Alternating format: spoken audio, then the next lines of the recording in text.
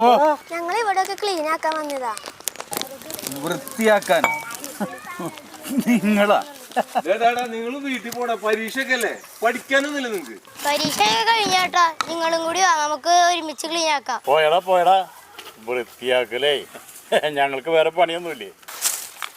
ചേട്ടാ, ഈ പ്ലാസ്റ്റിക് പ്രകൃതിയെ ലയിച്ചാൽ എത്ര വർഷം എടുക്കും അറിയോ? ഈ പ്ലാസ്റ്റിക് ഇല്ല ഏട്ടാ, 450 വർഷം എടുക്കും. 450 വർഷം?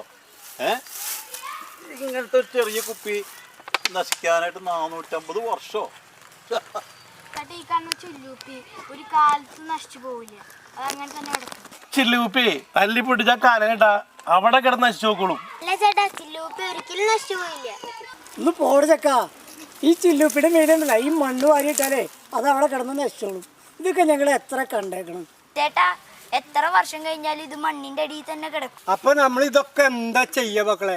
ചേട്ടാ, ഇതൊക്കെ തരം തിരിച്ച് റീസൈക്ലിംഗ് ചെയ്യുന്ന സ്ഥലങ്ങളുണ്ട്. അവിടെ കൊടുത്താൽ നമ്മുടെ സ്ഥലവും ക്ലീൻ ആവും, നമുക്ക് പൈസയും കിട്ടും. അല്ലാണ്ട് ഇത് വലിച്ചെറിയല്ലേ വേണ്ടത്. നമ്മുടെ ഈ കേരളത്തില് 3 കോടിക്ക് മുകളിൽ ആൾക്കാരുണ്ട്. നമ്മൾ ഒരാള് വിചാരിച്ചാല് ഇതിലൊരു മാറ്റം ഉണ്ടാവാൻ പോണില്ല. ഈ ചിന്തയാണ് ചേട്ടാ പ്രശ്നം.